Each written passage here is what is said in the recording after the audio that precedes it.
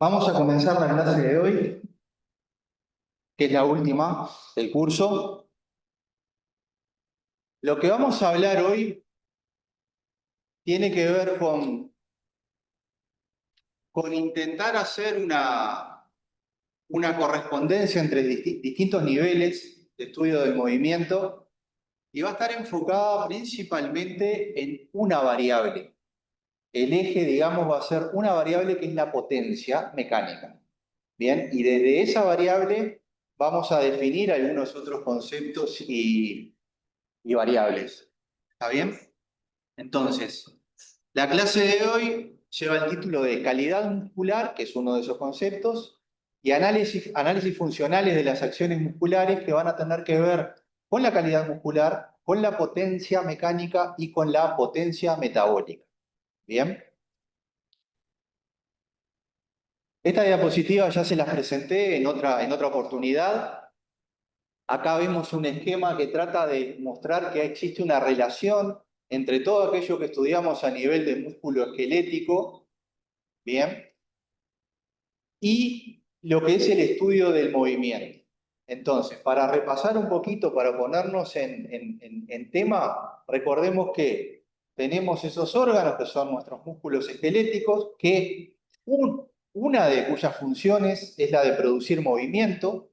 En esa producción de movimiento existe un gasto de ATP.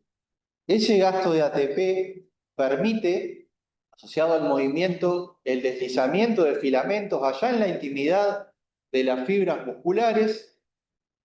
Y cuando los músculos hacen esto, cambian su longitud, ¿bien?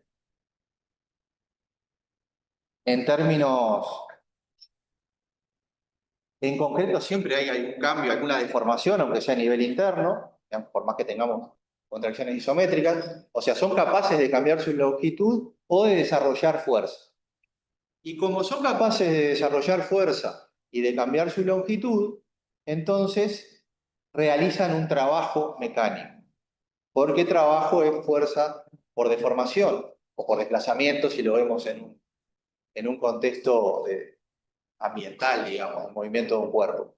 Pero bueno, el músculo se deforma, cambia su longitud, hay un desplazamiento y hay una fuerza, entonces hay un trabajo. Y yo dije que si tenemos que indicar un objetivo asociado con el movimiento para los músculos esqueléticos, ese objetivo es el de optimizar el trabajo mecánico que realizan para producir movimiento. Bárbaro. Si vemos un músculo solo, el problema entonces llega hasta ahí, hasta optimizar el trabajo que ese músculo va a realizar. Ahora, cuando realizamos movimiento, los músculos trabajan en conjunto con otros músculos. Hay una acción sinérgica, a veces agonista, a veces antagonista de acciones musculares, que está controlada por el sistema nervioso, que van a determinar acciones musculares secuenciadas en el tiempo, y eso va a definir lo que salga como resultado, ¿no? Como resultado del movimiento. Había dicho esto, más o menos esto mismo, cuando hablamos de locomoción y de marcha en la primera clase, porque bueno, el control motor va a producir acciones musculares secuenciadas en el tiempo que van a determinar un movimiento. En ese caso el movimiento era la locomoción, el que nos interesaba, pero ahora vamos a hablar de otros movimientos que se usan para evaluar la funcionalidad en relación a la capacidad de movimiento de las personas. ¿Ah? Y estas evaluaciones funcionales son las que nos van a permitir intentar establecer una relación entre los diferentes niveles. Por ejemplo, lo que ocurre a nivel de las acciones musculares y lo que ocurre a nivel lo que queda como resultado a nivel funcional. Bien, entonces hoy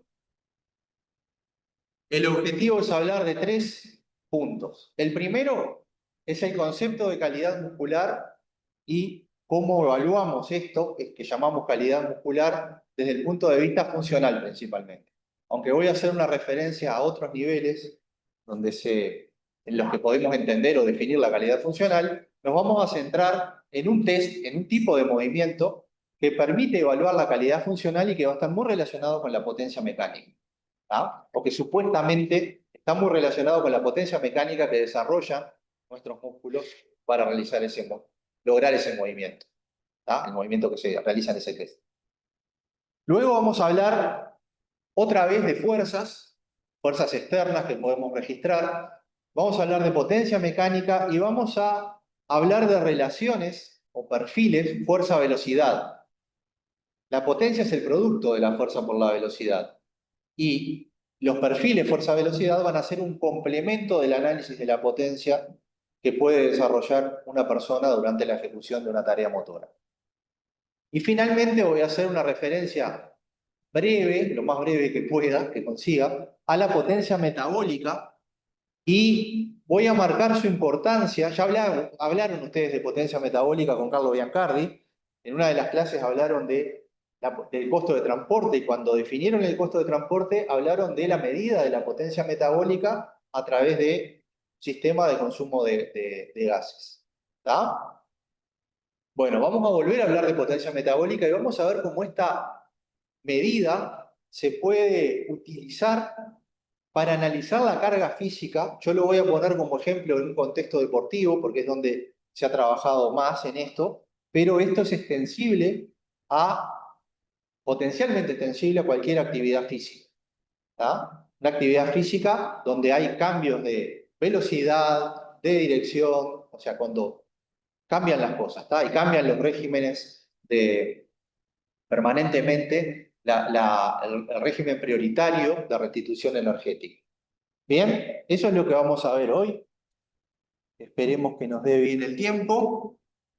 Vamos a empezar por este concepto de calidad muscular, que es un concepto sumamente relevante en el área de la salud, porque la calidad muscular, esto que llamamos calidad muscular, está asociada con la capacidad funcional del tejido muscular y de los músculos como órganos. Esa es la idea. El nombre de calidad muscular ya nos indica a qué estamos apuntando.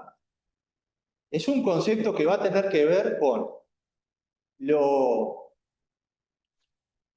bien que puedan funcionar nuestros músculos en relación a cómo están constituidos y a sus propiedades. ¿Bien?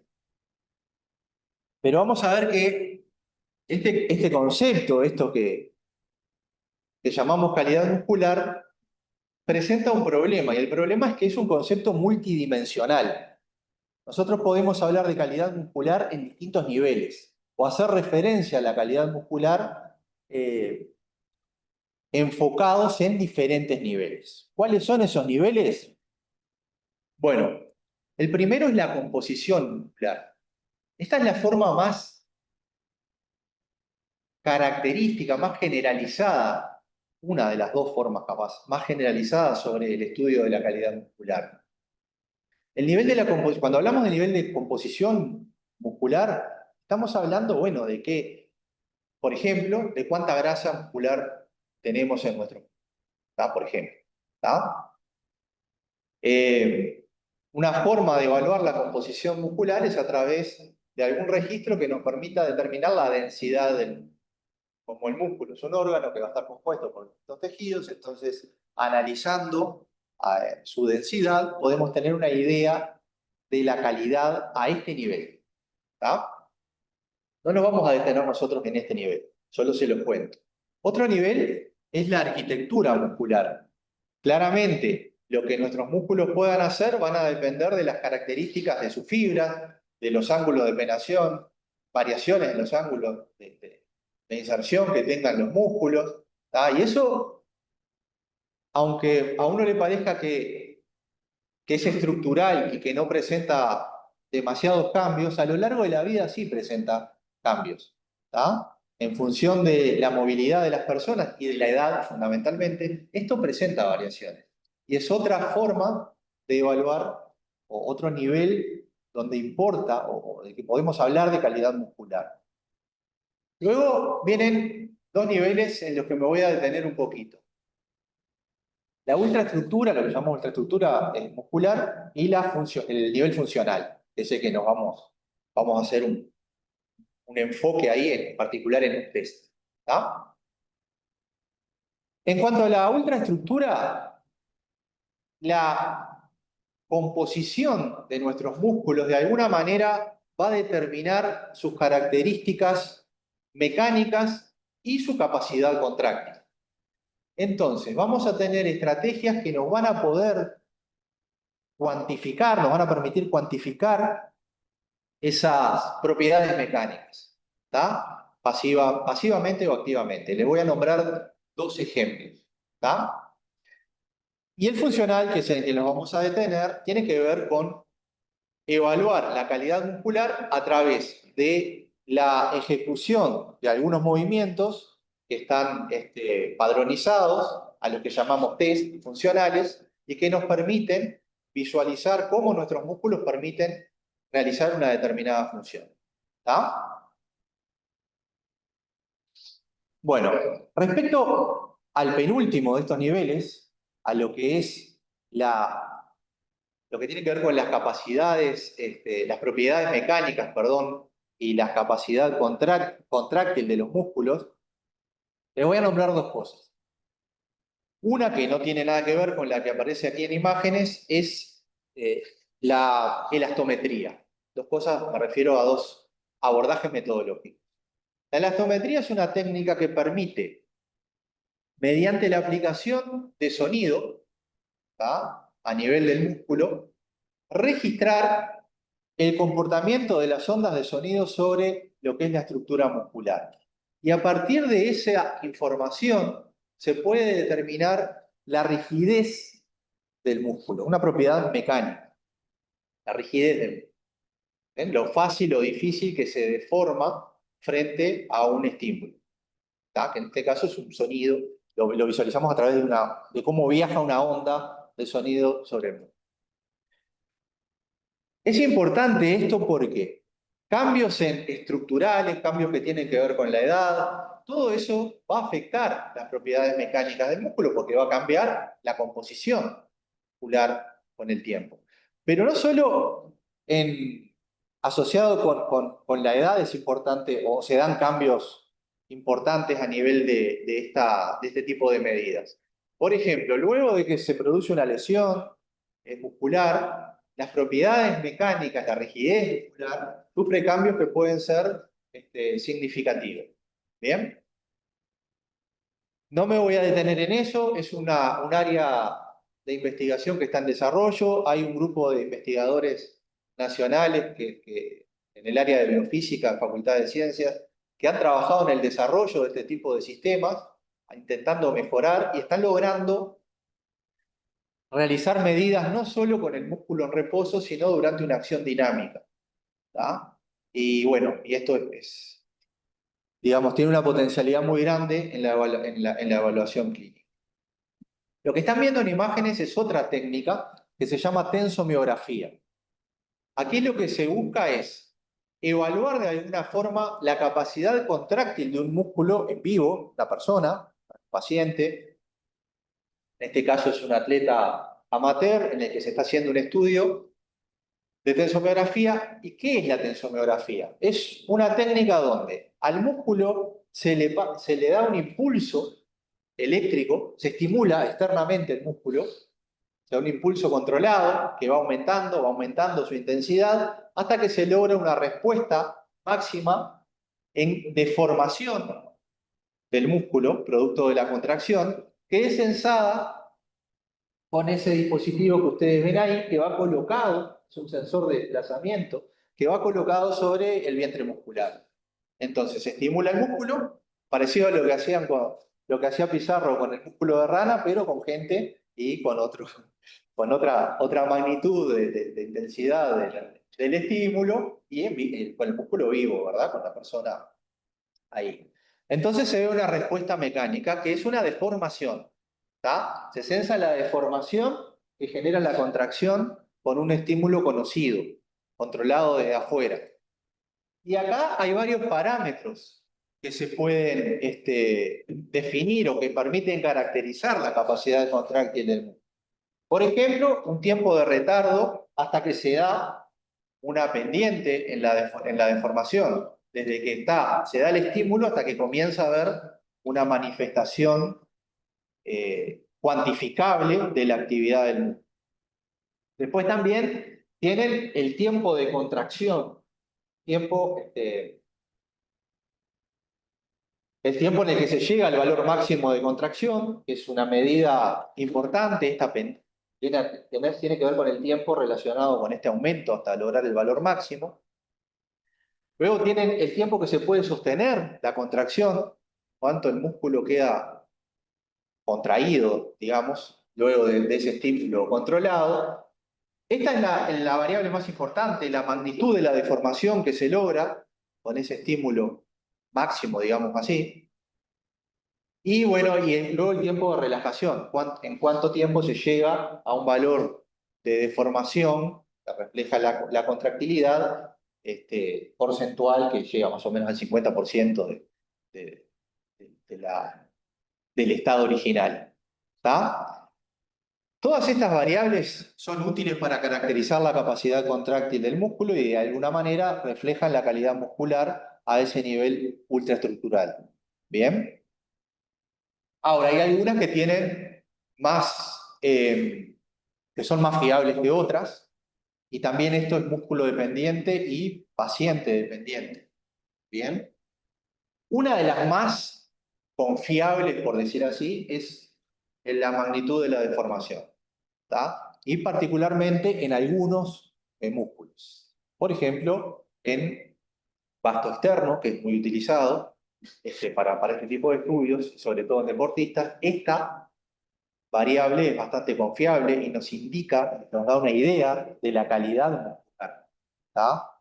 En este caso, de la capacidad contráctil de generar una actividad frente a un estímulo que tiene un músculo. Y cómo esto varía,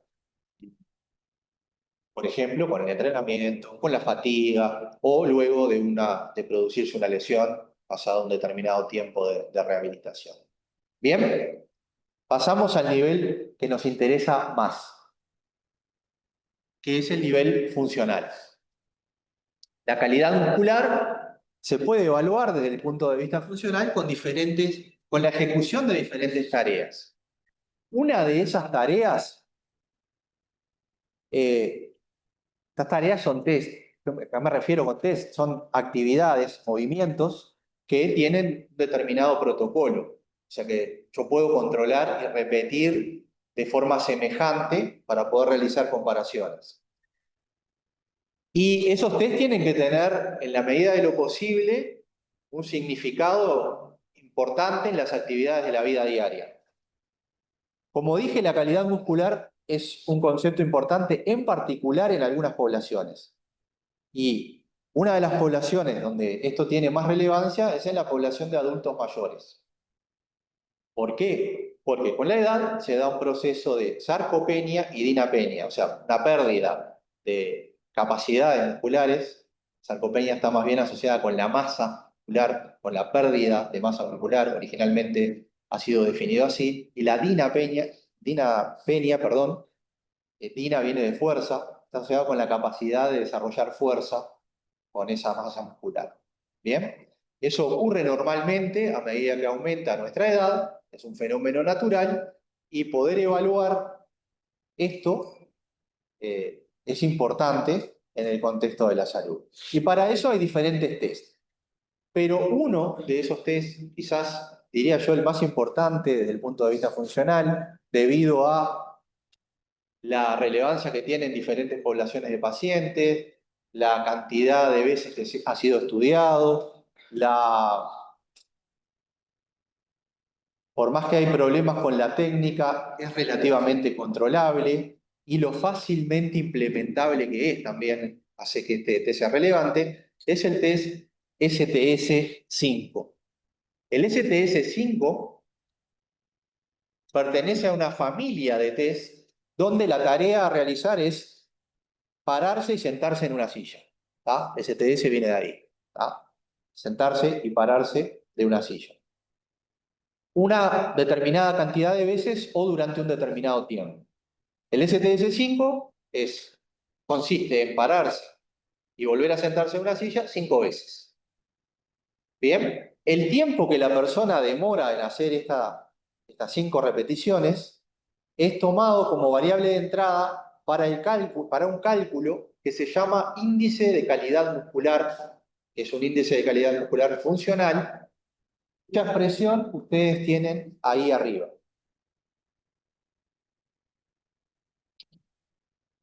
MQI significa índice de calidad muscular, y es el producto, lo que tienen al lado es la unidad. Fíjense que la unidad, hay una W ahí, que son watts, o sea que esto es una unidad de potencia.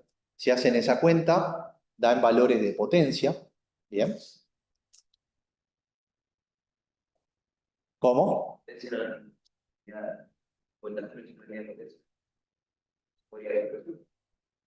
Acá no estamos hablando en un contexto eléctrico, sino en un contexto mecánico. Entonces la potencia es joules, trabajo, en el tiempo. ¿Tá? Trabajo mecánico, en este caso, en el tiempo. Las variables que tienen ahí, como ven, ¿por qué es importante este índice? Porque para calcularlo, ustedes necesitan de medidas relativamente simples. Necesitan medir el tiempo en que la persona realiza las 5 repeticiones. ¿Tá? Hay que tener cuidado que la realice con una técnica que es la esperable, digamos. Y lo otro son medidas antropométricas. Tiene la longitud de la pierna restado de un valor que dice 0,4 porque es la altura de la silla. ¿Tá? La masa corporal, la aceleración, ahí dice gravedad, pero es la aceleración gravitatoria multiplicado por 10. ¿Está? Entonces, 10 porque tenemos 10 fases. Subo, bajo, subo, bajo. ¿Está? Ustedes ven ahí lo que se requiere, muy poco instrumental, y a pesar de ser tan simple y tan genérico, se ha encontrado una asociación importante del tiempo en el que se realiza este test y por lo tanto del índice de calidad muscular con montones de cosas, ¿está? Con la calidad de vida de las personas, con la actividad física que las personas realizan, con la patología, o sea, si hay una patología, hasta este valor tiende a cambiar, o sea, tiene una correlación fuerte con muchas cosas, ¿está? Y tiene un índice voy a decirle así, una fiabilidad grande también, es confiable, digamos, la prueba. Bien, esta es una forma entonces de evaluar el índice de calidad muscular, es una forma de evaluar la calidad muscular, pero también, como ven, es una medida de potencia, o sea, de alguna manera refleja la potencia que la persona puede desarrollar con sus músculos. Una potencia mecánica, pero que se basa en una medida de tiempo.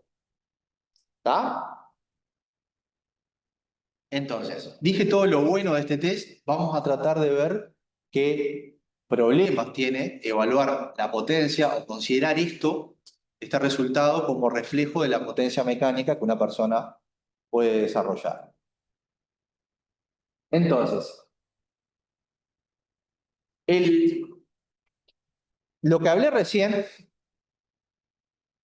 es una situación de evaluación, mostraba una situación de evaluación del STS-5 que podría desarrollarse con muy poco instrumental. Se requiere de un cronómetro, una silla, una balanza y una cinta para medir longitudes.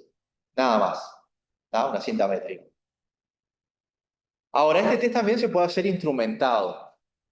Por ejemplo, a mí no me dio tiempo de procesar los datos, pero hace unos días hicimos este test con una reconstrucción de imágenes. Como vimos en la primera clase, con marcadores, durante la ejecución del test hicimos eso, una reconstrucción de imágenes. Entonces ustedes ahí pueden tener, además del tiempo, ¿tá? Quizás con más precisión, porque no hay cronómetro que estar manipulando, además de eso, pueden diferenciar o analizar los valores angulares durante las distintas fases que componen ese test. O sea que podrían analizar la técnica y eventualmente ver si hay cambios de un sujeto respecto a otro, de una población respecto a otra, o a un sujeto a lo largo del de un sujeto a lo largo del tiempo. Bueno, haciendo una evaluación instrumentada de este test, se pudieron identificar distintas fases. Las fases son claras, pero bueno, la instrumentación permite identificarlas con precisión. El test tiene dos etapas dinámicas y dos etapas estáticas. Cuando la persona está sentada en la silla, se hace una etapa, la etapa en que está sentado. Bien, ahí a nosotros nos resulta fácil imaginarnos la tarea, pero piensen en una persona, un adulto mayor, bastante mayor. Mientras está sentado, sus músculos tienen que descansar, se tiene que preparar para lograr la siguiente fase de elevarse. Todo eso implica un retardo mayor que lo que podríamos tener nosotros más jóvenes, ¿verdad? Entonces, la duración de esa fase y de todas las fases en realidad es un parámetro interesante para poder discriminar o evaluar con más detalle lo que es este test funcional. Entonces, tenemos una etapa de estar sentado, la primera que aparece ahí, luego una etapa donde paso de estar sentado a estar parado, la segunda fase, otra fase donde estoy parado, estoy de pie, ahí me detengo un tiempo, tengo un periodo de tiempo, ¿tá? Cuanto más viejito, más demoran cada una de estas etapas, y luego tengo otra fase dinámica, donde paso de estar parado a estar sentado. Y en cada una de las fases dinámicas tengo una acción genérica de flexión y de extensión. ¿Bien? Cuando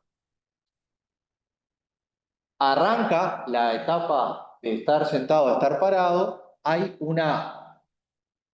primero hay una flexión de tronco hacia adelante, hay contrabalanceo para luego realizar una extensión de tronco y de algunas articulaciones de miembros inferiores, principalmente rodilla.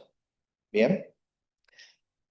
Entonces podemos subdividir las etapas dinámicas en acciones flexoras, predominantemente flexoras, y acciones predominantemente extensoras, donde participan distintos grupos musculares. Y poder discernir cuánto duran su fase dentro de las fases dinámicas del test, también da una idea de qué es lo que enlentece la prueba en una persona determinada, en un paciente determinado.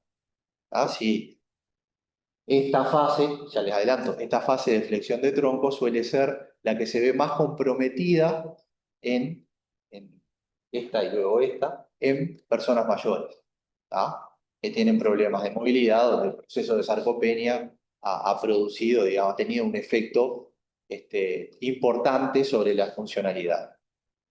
Bien, de hecho, el cambio en estas fases se ha observado que se asocia con cambios en la capacidad de fuerza medida con otros sistemas, por ejemplo, la fuerza prensil.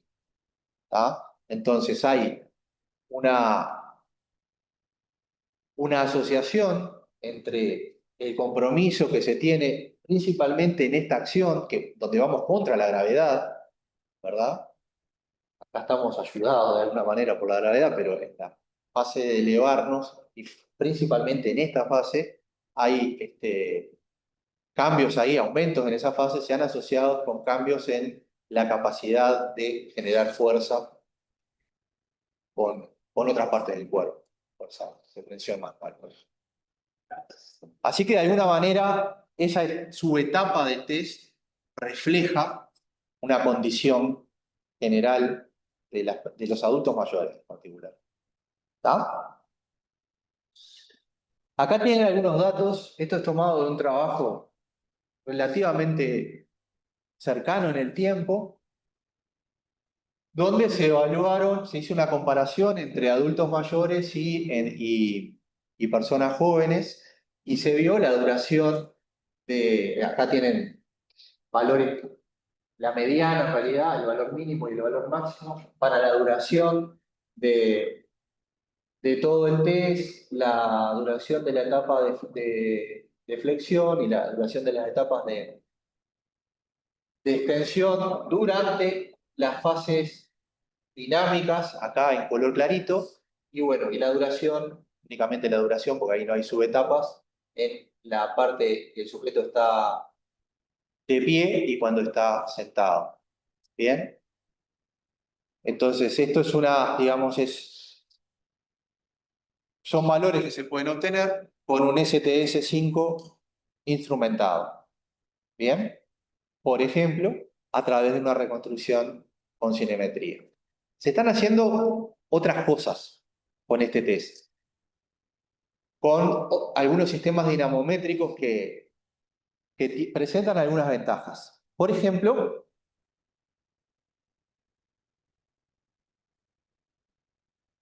se están haciendo estudios con dinamometría electromecánica funcional. Este aparatito hay tres creo en Uruguay, pero uno de ellos está en el Instituto de Educación Física, desarmado un laboratorio de estudio del movimiento y de fisiología y estudio del movimiento. ¿Qué es lo que hay acá? Hay un motorcito que controla, que permite controlar la fuerza que se ejerce. Se puede poner una carga constante o variable, ¿tá? Controlada, y se puede medir la respuesta en fuerza y desplazamiento durante diferentes repeticiones de un movimiento, casi que de cualquier movimiento. ¿Tá?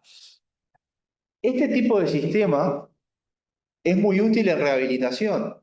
Imaginen ustedes, estoy haciendo un paréntesis ahora, ¿no? Me salí un poquito del STS. Imaginen ustedes que tienen un problema a nivel de hombro y necesitan trabajar, pero descargando durante alguna fase del movimiento. Lo más sencillo, más fácil todavía, bíceps, un movimiento de extensión de, de, de miembros superiores.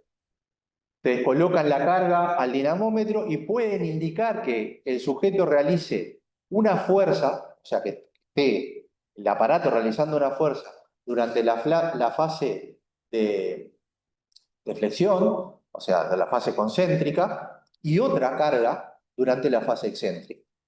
Pero también pueden regular eso cambiando la carga durante una de las fases. ¿Tá? Entonces es una forma de controlar la carga que puede ser muy útil en rehabilitación. Hay otros sistemas que permiten también hacer un registro de las cargas que son portátiles, esto es un armatoste, ¿no? Que permiten hacer un registro de la carga en pacientes, por ejemplo, que están internados. Hay un sistema que se llama Dinaban, que es otro sistema de dinamometría, que permite regular la fuerza y registrar la fuerza que se hace durante un determinado movimiento y se puede usar en los pacientes que están internados, ¿no? Durante un proceso de rehabilitación. Pero bueno, este sistema se ha usado como instrumento para estudio del STS5, con un sistema de polea, se engancha al sujeto desde un arnés y se controla la carga, ¿tá? Que la persona sufre, tiene la limitante de que tiene un mínimo de carga que tiene que soportar la persona, no es lo mismo que cuando nos paramos de una silla libremente, que tenemos nuestro propio peso que mover. Acá hay una carga mínima siempre que se requiere medir. Y bueno, ustedes pueden ver las fases en este caso es fase excéntrica y concéntrica por separado, cómo va variando la función de fuerza en el tiempo que la persona realiza. ¿Tá? La tracción que va realizando a la carga que le impone el aparato. ¿Y qué? El aparato impone una carga, supongamos que es constante, por poner el equivalente a una masa de 5 kilos, ¿tá? Si estuvieran levantando una masa de 5 kilos, poquito, y ustedes hacen una fuerza en el tiempo para mover eso. Y esa fuerza es una función del tiempo, ¿tá? En cada fase, y pueden ver eso. ¿Tá? Imagínense que asociar eso, la fuerza que están haciendo, con las medidas angulares o incluso con la actividad electromiográfica, permite una evaluación completa de lo que es la acción motora que estamos analizando. ¿Tá? Bueno, fuerza es masa por aceleración. Y la masa que estamos moviendo, además de la carga, en el caso este que estamos colocando, la masa que estamos moviendo es nuestra masa. Entonces, al tener la fuerza, estamos viendo la aceleración de nuestro centro de masa corporal. Ahí tienen funciones de aceleración de nuestro centro de masa corporal en las distintas fases del test, y analizando esas funciones en el tiempo, el análisis de esas funciones en el tiempo, ya no con valores discretos o con valores máximos en cada fase, sino como una función, permite otro nivel de comprensión y de análisis de este tipo de test. Voy a explicarlo más claro. Ustedes pueden hacer evaluaciones donde toman valores discretos como un valor máximo o un valor medio de fuerza. Pero también es posible analizar toda la función, tener toda la curva y compararla contra toda otra curva. ¿Tá? Y podrían comparar eso en cada repetición del test. No voy a detenerme en los procedimientos que se usan para esto, porque no es la idea, pero sepan que se puede hacer. Y entiendan que es una forma diferente de evaluar lo que está ocurriendo. Una cosa es que yo tome un promedio de una aceleración o de una fuerza, valor medio, o que tome el valor máximo, y otra cosa es que pueda analizar todo el transcurso y compararlo contra todo otro transcurso de otra persona o de la misma persona en diferentes momentos, ¿tá? Donde en el medio hubo una intervención, o de la misma persona a lo largo que van transcurriendo a lo largo del desarrollo del propio test. ¿Bien? ¿Se entendió eso? Sí. Sí, el registro variaría tipo, todo le ponga de la red, ¿no? Sí. Y puede poner arriba o abajo. Claramente sí, porque está generando un momento de fuerza distinto. Eso que vos decís es un problema que no es menor. ¿Por qué? Porque los trabajos que se están haciendo con este tipo de abordaje se están haciendo en distintos grupos, y si bien hay cierto consenso en cómo se instrumentan los pacientes, hay ciertas variaciones también. Entonces, si vos colocás la tracción desde acá adelante, desde acá atrás, o como se debe hacer, que es a nivel cercano al centro de masa corporal, y con un dispositivo que tira hacia abajo, en realidad, la cosa cambia. ¿Tá? Es una limitante metodológica que hay que tener cuidado porque estás haciendo cosas distintas. ¿Tá? Que un arnés también tiene limitaciones. Si vos te agarras los miembros superiores con un arnés con otros los miembros inferiores, también varía también el registro ese que hay. Sí, te va a cambiar y cambia mucho. Y de hecho, la forma de que lo agarre todo, digamos. vos, la forma digamos, lo mejor que se puede hacer esto cuando es instrumentado y tenés que colocar una tracción al sujeto, es colocar un arnés donde digamos, el gancho termina saliendo directamente hacia abajo, adelante de la silla. ¿Tá? Esa es la forma. Claro, ahí estás evaluando los miembros inferiores, ¿no? Que nada. Tronco también, porque vos haces una acción de tronco previa a la extensión de miembros inferiores. No, no lo de arriba, digamos. Pero no estás traccionando acá arriba. ¿Tá? Pero es un problema. A mí, la verdad, yo se lo mostré a esto porque está, es muy útil este dispositivo, pero justamente no me parece a mí que no es tan útil en esta situación, porque en realidad también ya implica una carga también estar moviendo. Lo mejor es evaluar lo más cercano que podamos de las tareas que la persona va a realizar en su vida diaria. Y para eso la instrumentación, en este caso de este test, la instrumentación que a mí me parece más útil, por más errores que pueda llegar a tener, es la reconstrucción a partir de imágenes. Es la mejor, por más que estemos modelando el cuerpo. Porque el centro de masa, que es lo que nos interesa acá, lo podemos encontrar con bastante precisión, y estamos viendo la aceleración del centro de masa corporal, y tenemos eso sin tener que colocarle nada al sujeto ni cambiarle la técnica, y en el caso de los viejitos, de incomodarlo o comprometer su movimiento. Mover 5 kilos para una persona mayor, ya pararse de la silla a veces les cuesta mucho, llegar a la última repetición, mover esa carga. Puede haber algún registro que se parezca al joven, el adulto mayor puede tener. Sí, hay adultos, no muy mayores, pero adultos de 67 años que hemos medido, gente que realiza actividad física, pone tiempos menores que yo. También se salen un poco de la técnica, ¿no? Porque quieren hacerlo tan rápido que rebotan en la silla, casi no llegan arriba y ya están bajando. Es un problema esto. Como todo, toda evaluación tiene sus limitantes, ¿está? Acá el control de la técnica puede ser eh, una limitante. Bueno,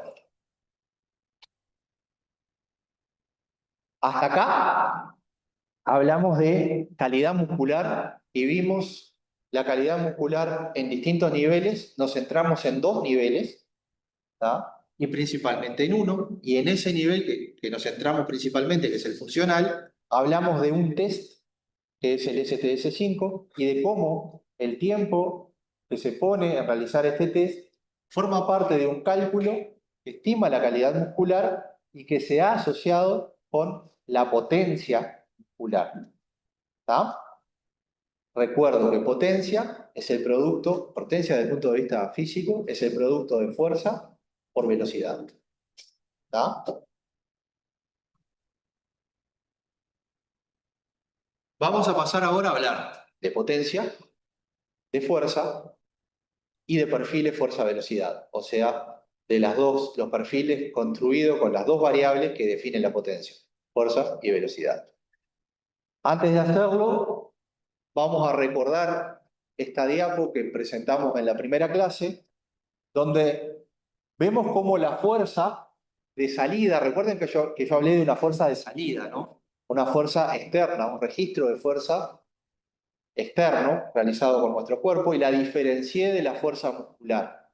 Nuestros músculos realizan fuerza, pero yo mido luego fuerzas externas que se dan por la interacción que tengo con el entorno.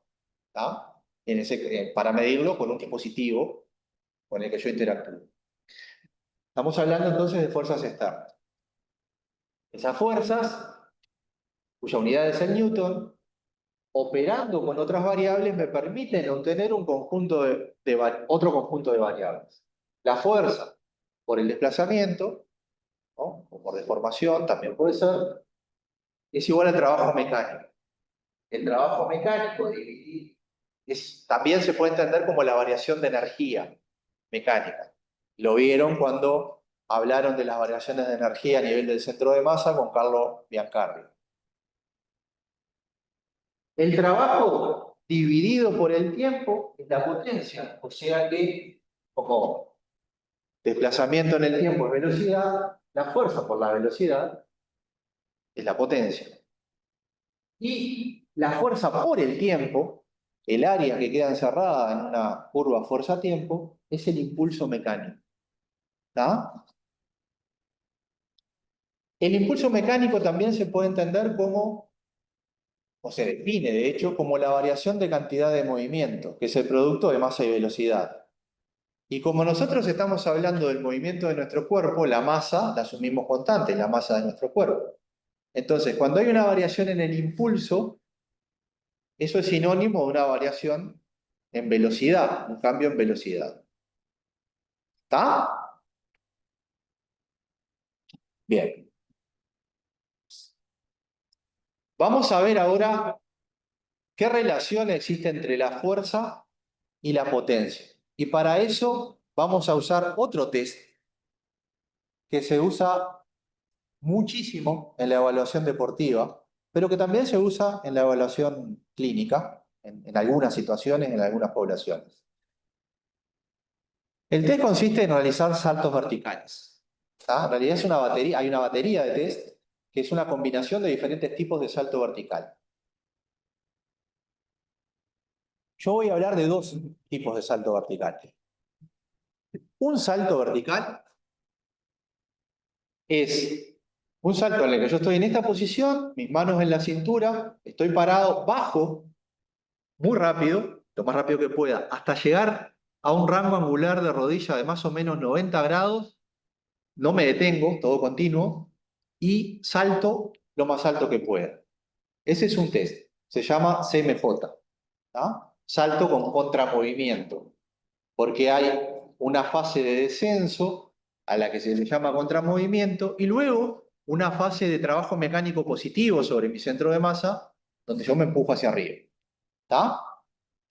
El otro tipo de salto se llama squat jump, que es un salto sin contramovimiento, donde la primera fase no está, todo esto no va. Yo arranco de aquí y desde ahí salto hacia arriba. ¿Qué pasa? En una situación, los músculos, principalmente los extensores de pierna, o lo que es el cuádriceps, primero tiene un preestiramiento y luego se contrae concéntricamente para ayudarme a impulsarme. No, no salto solo con estos músculos, pero tiene una acción importante en la extensión de pierna. En el otro caso, yo tengo una pretensión en esos músculos y no los estiré previamente. Entonces, la condición inicial, si yo me fijo solo en las fases de subida de los dos saltos, la condición inicial de esos grupos musculares, de esos músculos, en un salto y en el otro es distinta. Estoy cambiando la condición inicial en que se encuentran esos músculos. Cuando un músculo aislado es estirado antes de ser estimulado, su capacidad de desarrollar fuerza aumenta. ¿Está? Hay un efecto positivo del preestiramiento. Y eso depende de muchas cosas. O sea, la razón por la que eso ocurre es múltiple. Pero hay una cuestión que parece ser la más relevante. Y es que cuando realizo un preestiramiento, hay un estiramiento previo, hay una preactivación del músculo que hace que el estado de activación al inicio de la fase de acortamiento sea mayor. Entonces soy capaz de desarrollar más fuerza de arranque. ¿Ahí vamos? Muy bien. Estoy hablando de fuerza a nivel muscular en una acción del cuerpo completo. Vamos a tratar de hacer un análisis de estos dos niveles, ¿tá? Para tratar de entender qué pasa. Bueno, eso que ven ahí es un registro de fuerza externa, la componente vertical de fuerza durante todo un salto con contramovimiento, que es el que aparece ahí abajo. Sujeto está acá, va hasta abajo y salta lo más alto que pueda. ¿Tá? Cada uno de los músculos que van a estar actuando acá van a tener un elemento contráctil, un CC que aparece ahí es un elemento contráctil, van a tener elementos elásticos en serie, elementos elásticos en paralelo, hay distintos modelos que se pueden hacer, ¿tá? Pero básicamente eso es lo que contienen los músculos, elementos que se contraen activamente y elementos que son pasivos, pero que son capaces de ejercer una resistencia y de transmitir fuerza, ¿tá? Que los representamos en los modelos como elásticos. Modelos para cada uno. Pero también yo puedo entender el sistema como un todo. Y para el caso del salto, en un momento nosotros planteamos un sistema simple para representar todo el cuerpo, donde esta masa representa la masa de mi cuerpo. Asumo que mi cuerpo lo están moviendo músculos, entonces hay elementos contráctiles que están acá, invisibles aquí, que traccionan sobre elementos elásticos que están en serie, que van a estar a todo nivel, en todos los músculos que estén participando, a nivel, ¿se acuerdan que había elasticidad a nivel de las propias fibras musculares, a nivel de las proteínas contráctiles, incluso a nivel de las proteínas de anclaje que había a nivel de sarcómero, teníamos la titina, teníamos elastina, había un montón de cosas que son elásticas, ¿está? Pero por fuera también tenemos elementos elásticos, tenemos los tendones, todo eso de todos los músculos que participan está metido acá. Y además, acá tenemos un amortiguador. ¿Por qué? Porque nuestras estructuras, todas son viscoelásticas, entonces tienen viscosidad. Y la viscosidad, que es una propiedad de los líquidos, hace que cuando yo solicito líquido, si yo lo solicito suavecito, meto la mano en el agua despacito, me zambullo suavecito, la resistencia es baja. Pero si yo lo solicito rápido, la resistencia es alta. Entonces, la resistencia que ejercen los elementos por tener viscosidad, es dependiente de la velocidad. Entonces colocamos un elemento cuya resistencia depende de la velocidad con la que se mueva todo el sistema. Y eso está repartido también por todas las estructuras. ¿Está? ¿Bien? Listo. Con esto vamos a intentar explicar esto. ¿Está? En este gesto. ¿Qué vemos acá? Una fuerza vertical. La fuerza que me lleva mi centro de masa hacia abajo o hacia arriba. Cuando arranca el salto, estoy parado sobre la plataforma de fuerza. Esto que veo acá es la fuerza vertical. ¿Cuánto valdrá? No me digan el número, díganme a qué equivale lo que vale esto. A mi peso corporal. Yo estoy quietito, no me muevo ni para arriba ni para abajo. Lo que registra la plataforma de fuerza, el registro, la fuerza que me hace, es igual a mi peso, entonces yo estoy en equilibrio vertical. ¿Está? Después, con mi control motor, con mi sistema nervioso, aflojo la tensión de algunos músculos y me dejo ir hacia abajo. Bajo, y como me estoy cayendo, mi cuerpo va hacia abajo, quiere decir que mi peso le está ganando a la respuesta que le está haciendo la plataforma durante un periodo de tiempo. Por eso el registro que veo en la plataforma cae por debajo de mi peso. Pero antes de llegar al piso y quedar sentado, yo empiezo a ejercer fuerza con mis grupos musculares y me voy frenando, entonces voy aumentando, aumentando, aumentando mi fuerza.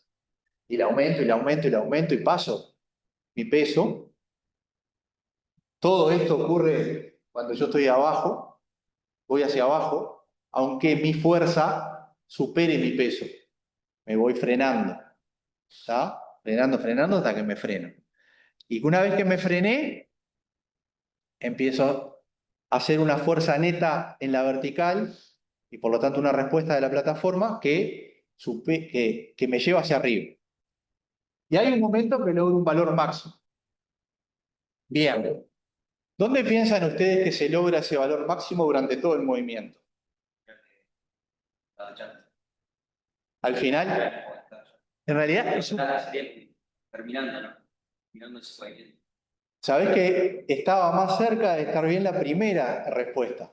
¿Por qué? Vos te vas aumentando, aumentando, aumentando, aumentando, te frenás, frenás, y cuando recién arrancás, ahí está el máximo. Ahí lo estaría terminando igual.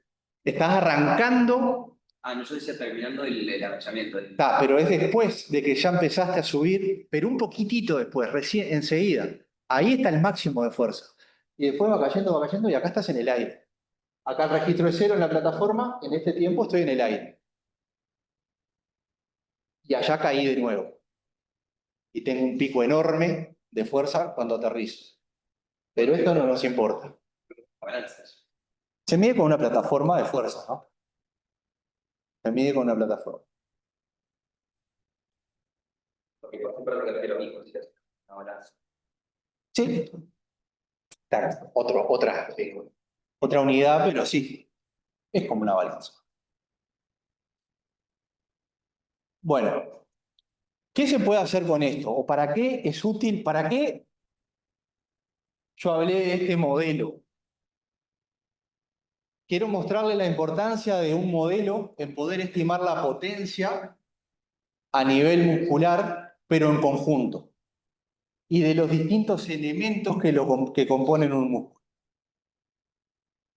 Dije que estos modelos se usan para modelar los músculos, cada uno de ellos, y que este modelo es un modelo genérico de todo el cuerpo, pero que toma en cuenta los mismos elementos que componen los músculos. Es como que cada uno de estos elementos es un resumen de esos elementos que están en todos los músculos que participan. Entonces, yo puedo usar estos registros, asumiendo este modelo, para entender cuánta potencia desarrollo activamente con los músculos, con mis elementos activos, sumados de todos los músculos, en cada instante de tiempo. ¿Entienden eso? Puedo calcular una potencia total asociada con este movimiento pero puedo separarla en sus componentes y ver cuánto juega esta potencia activa en el desarrollo de esa potencia de salida que va a estar asociada con esta fuerza, con la fuerza que estoy registrando y con la velocidad que tenga mi centro de masa. Esa es la potencia de salida de todo ese sistema. ¿Lo entendieron a eso? ¿Sí? Lo que ven acá es el resultado de lo que acabo de decir. Cada uno de estos son registros de potencia obtenidos para cada elemento de ese sistema.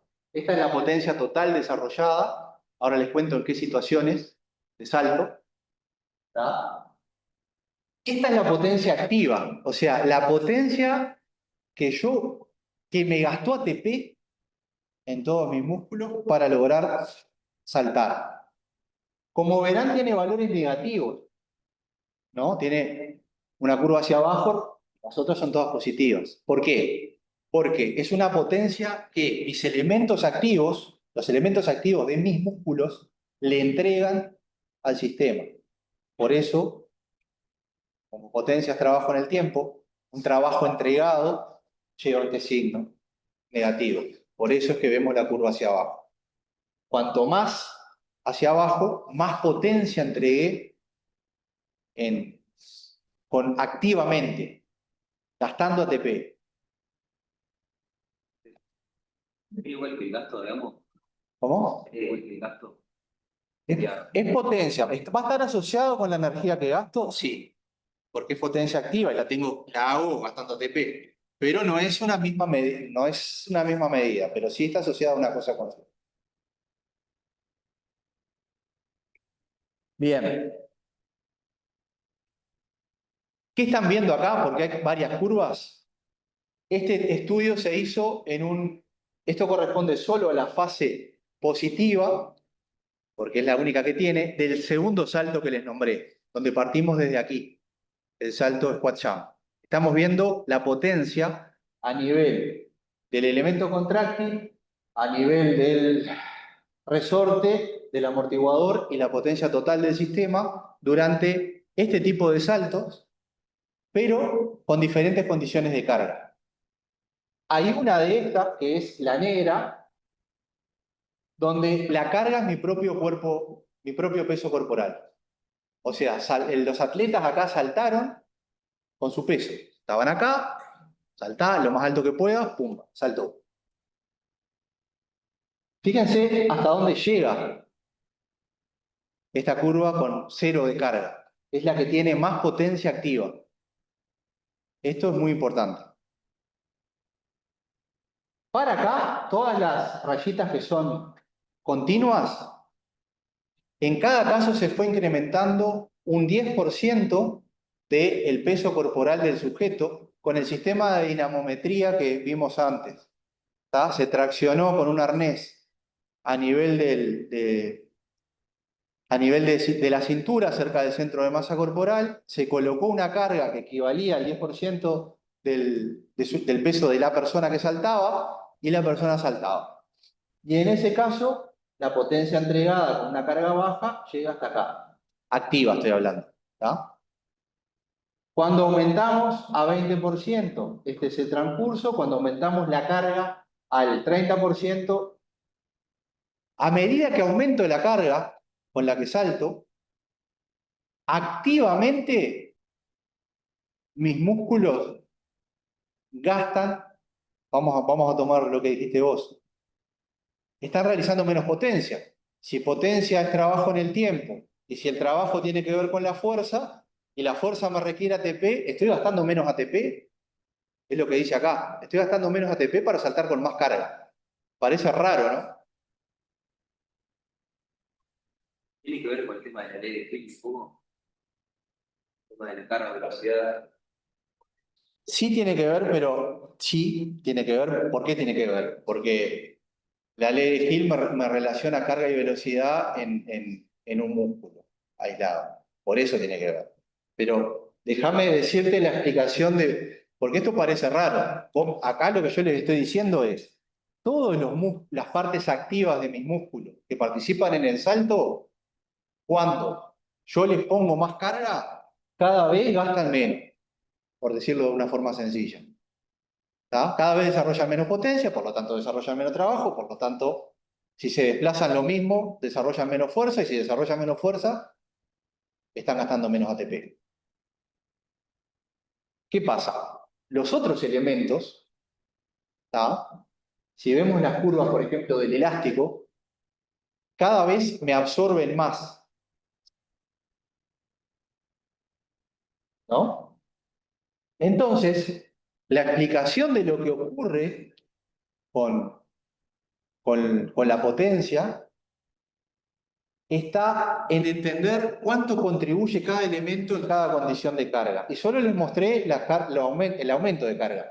Todas estas punteadas son la situación inversa. Al sujeto se lo traccionaba desde arriba, cargaban como si estuviera en una situación de menor gravedad, cosa que se usa en rehabilitación para la marcha. ¿Tá?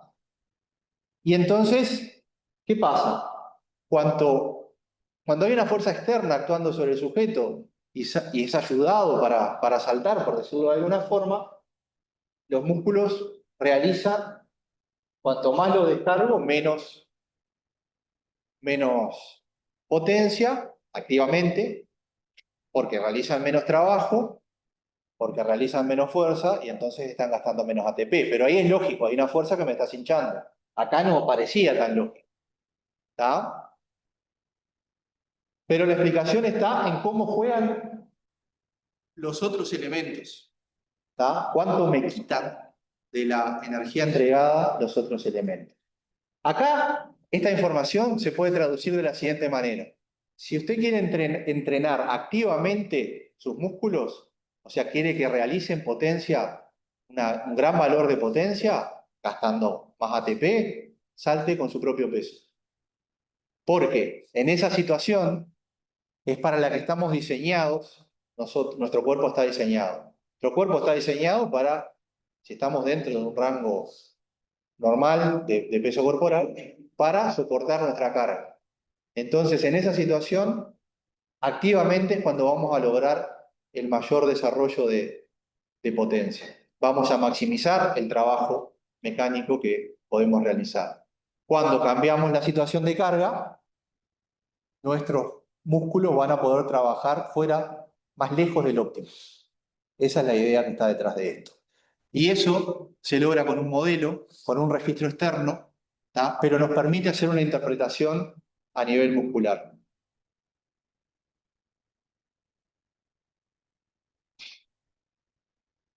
La fuerza, entonces, es un tipo de variable que junto con otras nos permite hacer un análisis con interpretación, con una interpretación donde podemos pasar de un nivel hacia el otro.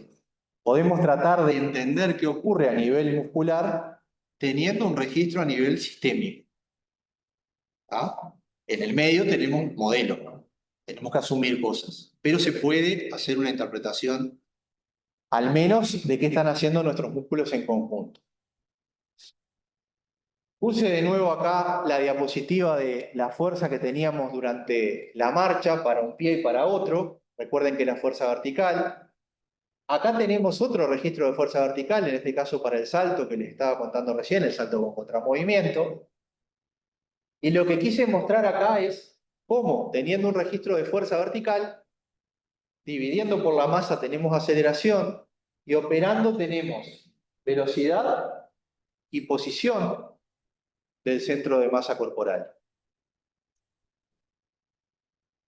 Y ahora vamos a ver lo que hablamos hace un ratito sobre en qué momento del movimiento es donde hacemos el valor de fuerza en este salto. El mayor valor de fuerza está acá, cerca de este punto C. Si yo opero, divido todo esto entre la masa, me queda la misma forma de la curva, pero en unidades de aceleración. Cuando estoy en el aire, ese valor de aceleración vale menos 9,8 metros sobre segundo cuadrado, porque la única aceleración que tengo cuando estoy en el aire es la aceleración de la gravedad, la aceleración gravitatoria.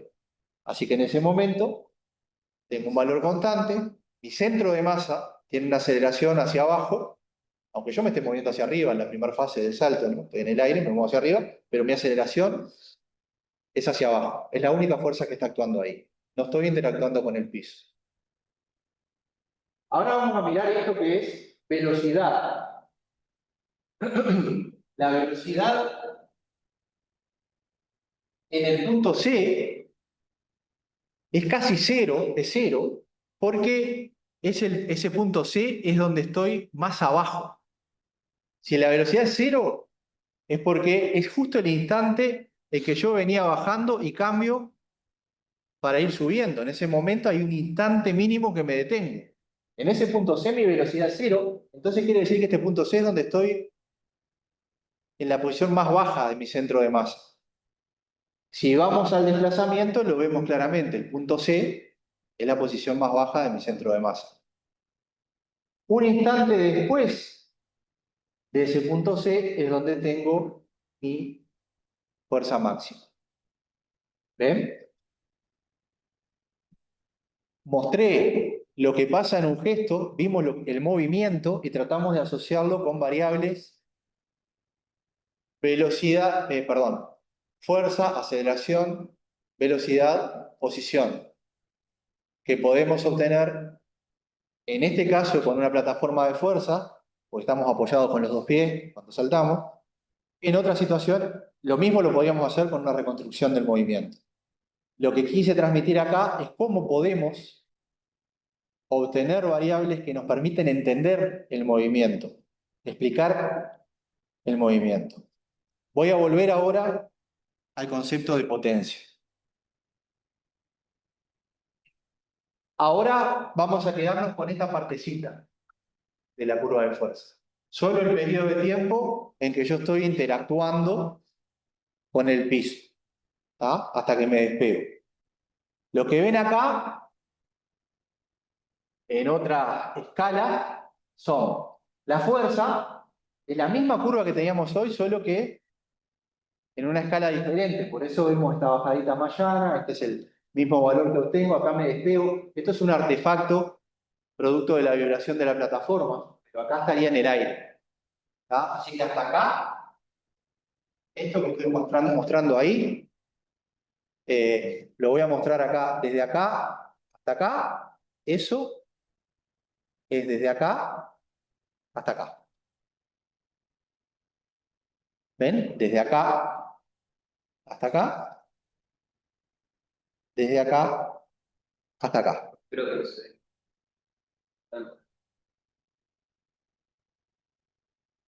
Ahora se va a ver. Desde acá hasta acá es desde acá hasta acá. Como cambié la escala de fuerza, queda más llanito, pero es eso lo que están viendo. Registro de fuerza. Lo que tenemos acá, en verde, es la curva de velocidad del centro de masa. Esta que estábamos viendo antes aquí. ¿Está? Esta es esta. Fíjense una cosa, recuerdan que hoy dije, si hacemos una medida, cuando hablamos del STS, si hacemos una medida discreta como el valor medio o el valor máximo, tenemos una idea de lo que ocurre, pero nos podemos llegar a confundir o nos falta información, o nos puede faltar información. Bueno, fíjense qué pasaría si yo quiero calcular la potencia desarrollada durante el salto, la potencia máxima desarrollada durante este test que es un test de salto. Esta curva en rojo es la potencia, o sea, el producto de la fuerza por la velocidad. En cada instante multipliqué las curvas fuerza y velocidad y obtuve esta otra curva, potencia mecánica. ¿Está? Si yo quisiera calcular la potencia máxima con valores discretos, podría tomar el valor máximo de fuerza y el valor máximo de velocidad y multiplicarlo. Máximo de fuerza por máximo de velocidad, máximo de potencia. Pero ¿qué pasa? Ahí yo estaría sobreestimando la potencia mecánica que la persona puede desarrollar en ese test. ¿Por qué? Porque estoy tomando un valor máximo de fuerza que se logra acá, en un momento del tiempo, por un momento, un valor de velocidad que se logra después, casi al final, en el momento del despegue. Y me daría esto por esto un valor altísimo, que no es el valor máximo de potencia que tengo de verdad durante el movimiento. Entonces, el considerar el transcurso temporal de las variables y operar de esa manera es una forma más precisa de evaluar las capacidades físicas. ¿Tá? Y este tipo de función, se puede usar como una función toda el tiempo y compararla con diferentes herramientas matemáticas contra toda otra función del tiempo. Y luego, si queremos identificar en qué momento tuvieron las diferencias mayores, podemos hacerlo. ¿Tá? Pero las evaluaciones discretas suelen, en general, sobreestimar las capacidades físicas. Bien, una cosita más respecto a esto. Para saltar alto, estuvimos hablando de la potencia desarrollada, pero hay una premisa para saltar alto. Sigo con el ejemplo del salto, ¿no? Vale también para el STS, o vale casi para el STS. Para saltar alto, tengo que hacer una cosa, y es lograr que en el momento en que mi cuerpo se despega, mi centro de masa tenga la máxima velocidad posible en la vertical. Cuanto mayor sea mi velocidad en ese momento, más alto voy a saltar. Porque una vez que estoy en el aire, si mantengo mi técnica, solo está actuando la gravedad. Ya no puedo hacer más nada con mi cuerpo. Mis músculos ya no pueden hacer más nada para lograr mayor altura. Entonces, yo tengo que maximizar la velocidad con la que salgo. ¿Recuerdan cuando hablamos de las distintas variables asociadas con la fuerza? Nombramos el impulso, ¿verdad? Es fuerza en el tiempo. Y dije que el impulso era variación de cantidad de movimiento, y dije que cantidad de movimiento era masa por velocidad. Si mi masa es la mía, ¿no? Maximizar la velocidad es sinónimo de maximizar el impulso que realizo, que es el área de la curva fuerza-tiempo. Si yo maximizo eso en el tiempo de contacto, voy a saltar más alto. Entonces, ¿por qué medimos potencia si en este salto lo que importa es maximizar el impulso? Bueno, porque yo quiero entender qué pasa, qué hacen mis músculos. Y para mis músculos es importante la variable potencia, porque mis músculos cambian la fuerza que hacen y la velocidad con la que lo hacen. Entonces, quiero evaluar la potencia con un gesto donde el objetivo es maximizar el impulso mecánico. ¿Bien? Ahora, para lograr esa velocidad, yo estoy viendo como reflejo de la potencia muscular, y de hecho yo mismo usé un modelo para calcular la potencia muscular activa por separado de los otros elementos. Importa la potencia muscular, y importa la potencia muscular que hago con las partes activas de mis músculos. Pero fíjense una cosa, piensen en cualquier movimiento, ¿tá? Piensen, por ejemplo, en un karateca partiendo una tabla. Piensen en un jugador de fútbol pateando una pelota, si quiere patear fuerte. ¿Les parece a ustedes que será importante que para lograr entregar una buena energía, en este caso, al balón o a la tabla, sería maximizar la energía? Y en ese caso, tengo que en un momento muy cortito entregar una energía cinética muy alta para partir la tabla o para mover la pelota. Entonces, ¿cómo se imaginan que se logran esos objetivos?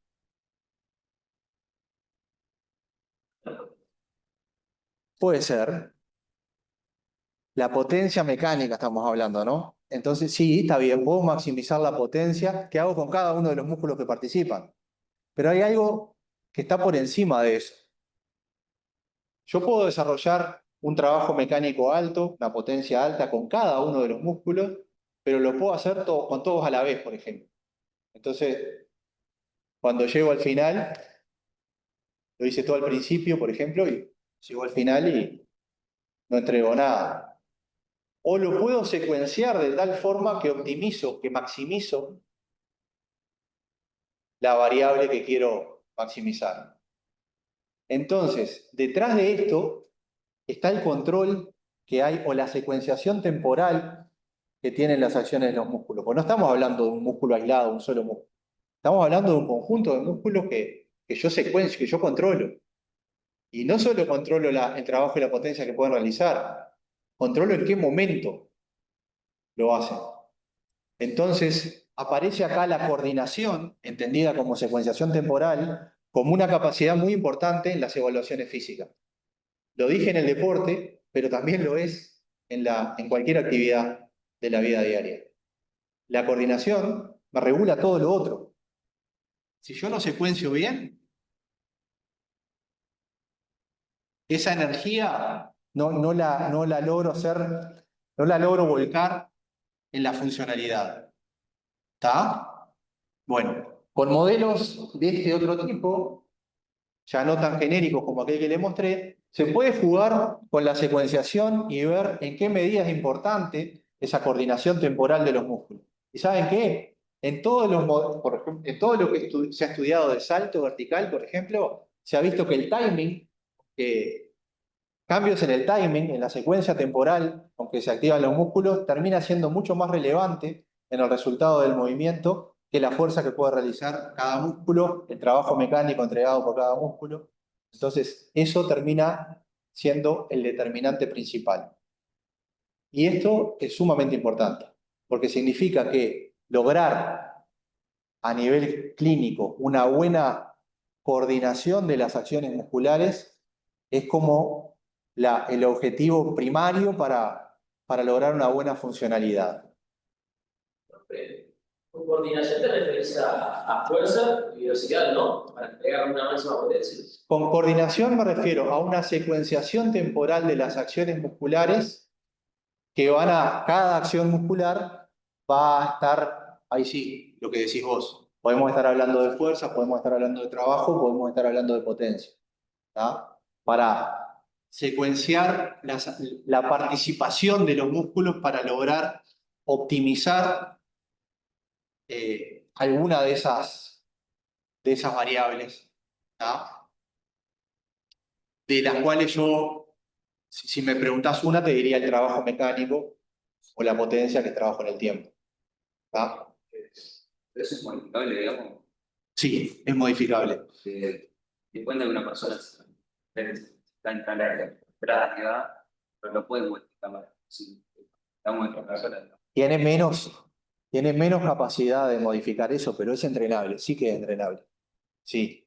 Claro, ¿cuán entrenable es esto? Depende del objetivo y las características de la persona, pero en principio, lo voy a decir así, lo es en todos. ¿Está? En principio lo es en todos. ¿Cómo? Tiene eficacia también. Claro que sí. De hecho, es lo que regula la secuenciación temporal. Pero es. Bueno, voy a ir bastante rápido en esto. ¿Tá? Más allá de la relevancia que se le ha dado a la potencia mecánica, que es lo que estamos hablando ahora, también es interesante ver, o se ha planteado que es interesante analizar cómo cambian las variables que la componen. Y la relación entre estas variables que la componen, que son fuerza y velocidad, nos dan una idea más completa de esta capacidad de potencia. Digámoslo de una forma simple. Nos dan una idea de si esa potencia es desarrollada más relacionada a un aumento de fuerza o a un aumento de velocidad. Esas relaciones fuerza-velocidad permiten construir lo que se conoce como perfiles de fuerza-velocidad, que son esas pendientes que ven acá. Acá tienen valores de velocidad obtenidos con diferentes cargas o cuando se realizan diferentes fuerzas. No importa qué gesto es. Y les quiero mostrar una diferencia importante. Ustedes ya vieron una relación fuerza-velocidad para un músculo aislado y seguía esta forma funcional dada por la ley de Hill. Cuando analizamos un movimiento multiarticular, como puede ser un salto, el STS o lo que quieran, las relaciones fuerza-velocidad o fuerza o velocidad-carga se ajustan a relaciones lineales. ¿Está? En lugar de ocurrir esto que veíamos, que podíamos ver en un músculo aislado, todo el sistema se puede modelar como una relación lineal. Acá tenemos dos perfiles fuerza-velocidad diferentes. Recuerden que fuerza multiplicada por velocidad da potencia. Vamos a suponer que el óptimo estuviera acá. Si yo multiplico fuerza por velocidad, tengo la misma potencia para estas dos relaciones que son obtenidas por dos sujetos distintos. ¿Está? Pero si veo el perfil, o sea, ahí yo no vería una diferencia. La potencia máxima que cada sujeto puede desarrollar es la misma, pero el perfil fuerza-velocidad es distinto. Hay un sujeto que es capaz, tiene la tendencia a ser más veloz y el otro a ser más fuerte. Y sin embargo, la potencia máxima que ambos pueden desarrollar es la misma.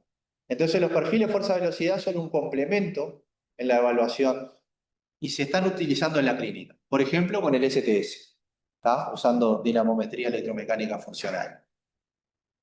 En la evaluación física, en contexto,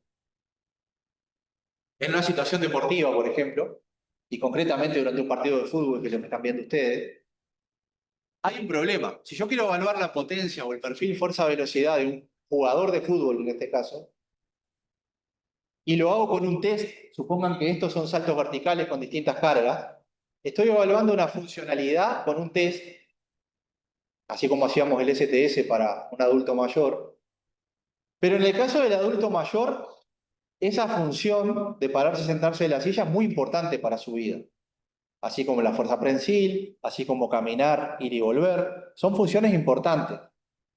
Entonces estoy usando un test que es cercano a una función de relevancia. Ahora, si yo evalúo a un deportista, supongamos un jugador de fútbol, con un salto vertical, que es lo clásico, y trazo un perfil fuerza-velocidad, en realidad el jugador de fútbol cuando está en el partido, corre, salta, cambia de dirección, tiene aceleraciones y desaceleraciones, tiene un montón de tareas donde importa la potencia muscular que me quedan lejos del test que estoy realizando. Entonces alguien propuso de realizar perfiles fuerza-velocidad in situ, o sea, tomando los valores reales obtenidos con un sistema de rastreo, un sistema GPS, que los jugadores hoy usan casi todos los clubes profesionales, en todos los clubes profesionales. Entonces, ¿qué pasa? El GPS permite localizar el jugador en el plano de la cancha. Y tenemos entonces la posición, tenemos la velocidad y tenemos la aceleración de la persona en ese plano. ¿Está? No para arriba, pero sí en el plano del campo de juego. Entonces, si tenemos aceleración, fuerza es masa por aceleración. La masa es la masa del jugador. Entonces, si tenemos la aceleración, tener un perfil aceleración-velocidad es semejante a tener un perfil fuerza-velocidad, porque la masa es constante. Lo que ven acá son, cada puntito es un valor de aceleración obtenido a una determinada velocidad de movimiento. Acá dice carrera, velocidad de carrera, pero en realidad no, todo esto de acá no es carrera. Acá está caminando el sujeto. ¿Tá? Por debajo de 1 metro por segundo, ya vimos esto en el estudio de la marcha, el sujeto está caminando. Acá anda caminando. Acá anda trotando, por acá anda en sprint. ¿Tá? Está sprintando. Entonces, Morín, que no puse acá, planteó tomar los valores máximos de velocidad, de aceleración, perdón, que se pueden obtener desde determinados valores de velocidad para arriba, valor por encima de 3 metros sobre segundo, y con eso construir el perfil. Y ese perfil es más representativo de la relación fuerza-velocidad y permite calcular una potencia también, ¿tá? Pero con todas las tareas que el tipo realiza en contexto. ¿Tá? Es una evaluación en contexto. ¿Qué problema tiene esto? Es mejor, quizás que es una información más útil que la que teníamos en un test, pero, perdón, Este tipo de cosas tiene una limitante. Y la limitante la vamos a ver claramente al abordar rápidamente el último punto. Esto que ven acá son líneas de isopotencia. O sea, de una potencia, pero en este caso metabólica, que estoy gastando, ¿tá? Que estoy cuantificando. Estoy haciendo así como porque lo vieron ustedes con consumo de gases, pero es potencia metabólica, es gasto de ATP, ¿tá? Con el metabolismo, y cada rayita implica un mismo valor de gasto, ¿tá? De consumo energético. Entonces, fíjense ustedes, yo puedo gastar esta cantidad de energía, puedo desarrollar esta potencia metabólica acelerando mucho desde bajas velocidades, pero también puedo gastar eso acelerando poquitito cuando ya vengo en una alta velocidad. Entonces, ¿qué es lo que se hace habitualmente hoy en el fútbol concretamente? Se utilizan criterios de velocidad para dividir la intensidad de la tarea, la carga física que la persona está teniendo. Acá, por ejemplo, hay una división. Esta es la velocidad máxima que la persona, que este deportista realizó en ese partido, velocidad teórica, perdón, extrapolada del perfil fuerza-velocidad. Entonces, desde ahí puedo definir franjas de velocidad. Esta es una franja baja. Si yo tomo estas actividades como de baja intensidad, estas como de media y estas como de alta, en realidad, algunas de las de baja intensidad que estoy tomando me implican un gasto de energía alto, un gasto metabólico alto. Entonces, si tomo como criterio umbrales mecánicos, como puede ser la velocidad, hay información metabólica que está oscurecida por ese criterio. ¿Se entendió lo que dije? Correcto. Yo puedo, ponele, yo tomo como criterio, ahora vas a ver, hay unos valores de velocidad que se toman como referencia para definir tareas de baja intensidad, intensidad intermedia, sprint, ¿está? Si yo tomo como criterio la velocidad, acá, ponele, de acá, entre acá y acá, tengo una velocidades intermedias. Y digo que esto es una actividad de intensidad media. Por lo tanto, esto es una actividad de intensidad baja. Pero mira, yo en una actividad de intensidad baja puedo estar gastando puedo tener una potencia metabólica alta, puedo estar gastando mucha energía. Entonces, si tomo como criterio la velocidad, estas actividades las considero como de baja intensidad cuando en realidad me están gastando un montón de energía.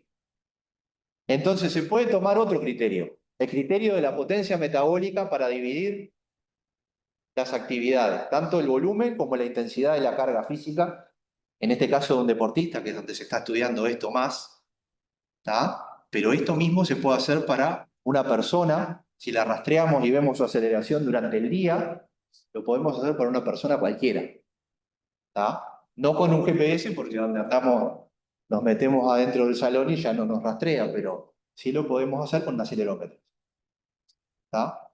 Entonces, podemos tener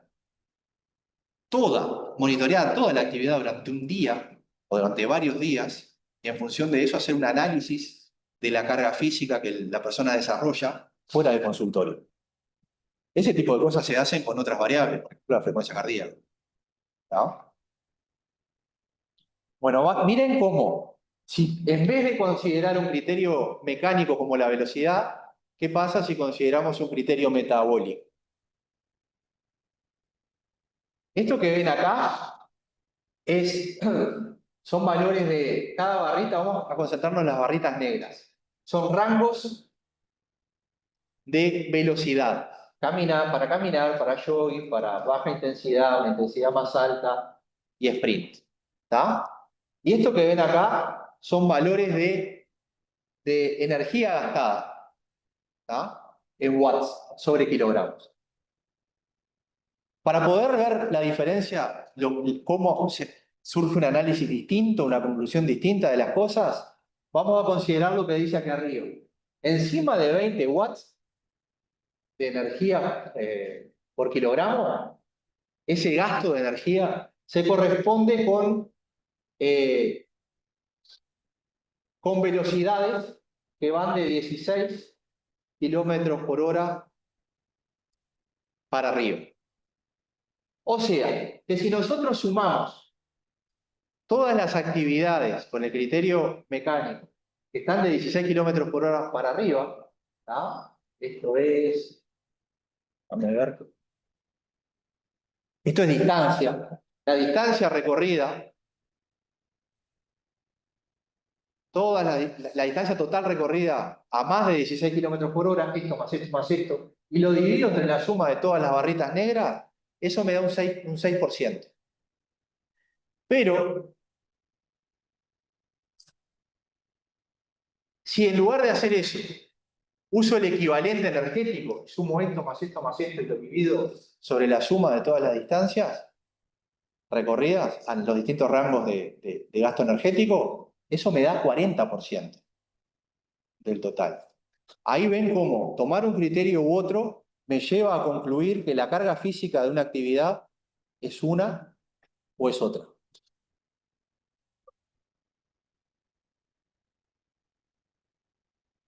Me pasé. Voy a redondear con una idea que la voy a dar en 5 minutos. Podemos pasar de potencia metabólica, podemos usar el concepto de potencia metabólica para evaluar la carga física e incluso concluir en qué régimen o qué vía metabólica está predominando durante una actividad física. Para hacer eso, tienen que tener en cuenta o recordar que el costo de transporte, perdón, es la potencia metabólica dividida la velocidad. Entonces, con esta idea y considerando esta curva que se las mostró Carlo Biancardi para costo de transporte en diferentes inclinaciones a velocidad constante en la clase pasada, Di Prampero propuso analizar la velocidad acelerada, cuando cambiamos de velocidad, cambios en aceleración, haciendo una analogía con el costo que se gasta cuando caminamos en diferentes inclinaciones. Lo que está acá es una definición de una pendiente equivalente que queda en términos de la aceleración del cuerpo hacia adelante dividida por la aceleración de la gravedad. No me da el tiempo de explicar esto en detalle, está en el repartido. No importa tanto que entiendan la analogía trigonométrica que hay acá, sino que ¿cuál es la idea? La idea es que, midiendo el costo de transporte en planos inclinados, podemos obtener una expresión que nos permite calcular la potencia metabólica cuando aceleramos en piso llano. Entonces, si nosotros conocemos la aceleración que la tenemos de los GPS, podemos estimar la potencia metabólica, ¿tá? Y podemos calcular, por ejemplo, cómo varía esa potencia metabólica. Esto es durante los primeros 6 segundos de una carrera de 100 metros para Usain Bolt, que está en azul, y para un futbolista promedio. Podemos calcular la potencia metabólica. Y con ese cálculo de potencia metabólica, Ognach, a partir del 2010, propuso una estrategia para estimar qué vía metabólica se estaba utilizando durante toda una actividad, por ejemplo, durante todo un partido de fútbol. ¿Y cuál es la idea? Bueno, que cuando comienzo a hacer una actividad, el requerimiento de potencia metabólica aumenta inmediatamente. Yo comienzo a hacer una actividad, tengo un aumento que sigue esta forma cuadrada. Aumenta, dejo de hacer la actividad, no necesito esa potencia requerida. Pero La vía de restitución predominante, que es la aeróbica, no sigue esta cinética inmediata, sigue una función monoexponencial que tiene esta forma. Por eso es que ustedes, cuando Carlos les contó sobre cómo se realiza un estudio de consumo de oxígeno, dijo, tenemos que caminar hasta alcanzar los 3 minutos más o menos, que ahí es cuando la vía aeróbica es la que me explica todo el gasto de ATP. Mientras no, porque estoy usando otras cosas, ¿tá? Hasta que logro equiparar eso. Siempre y cuando esté por debajo del consumo máximo de oxígeno. Pero yo no necesariamente requiero de esa cantidad de energía. Puedo requerir más. En un partido de fútbol, por ejemplo, una actividad intensa, cualquiera se requiere más potencia metabólica que la que me pueden brindar, la que puedo obtener por las vías aeróbicas. Y la voy a ir restituyendo siguiendo esta función, hasta un límite, que es el consumo máximo de oxígeno. Con esta idea es que Ognach pudo diferenciar, calculando la potencia metabólica que voy necesitando, que vendría dada por estos cambios cuadrados así,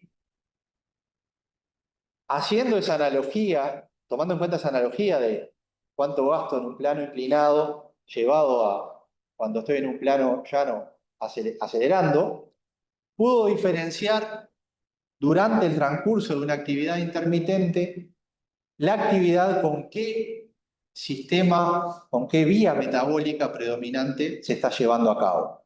Y esa actividad va a depender tanto de la intensidad de la actividad como de la duración de la misma. Y eso es lo último que aparece en esta diapositiva. Acá tenemos la misma intensidad de actividades, pero la escala del tiempo, si ustedes se fijan abajo, cambia.